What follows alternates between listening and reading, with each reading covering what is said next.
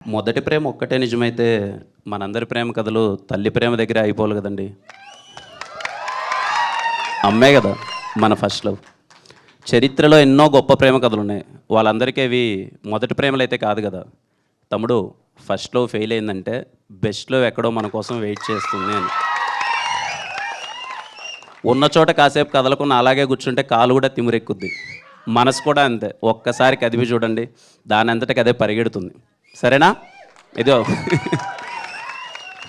తొలి ప్రేమేం. Ya, thank you.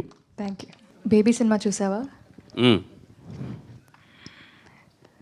మొదటి ప్రేమకు మరణం లేదు, అది మనసు పొరల్లో శాశ్వతంగా సమాధి చేయబడుతుంది.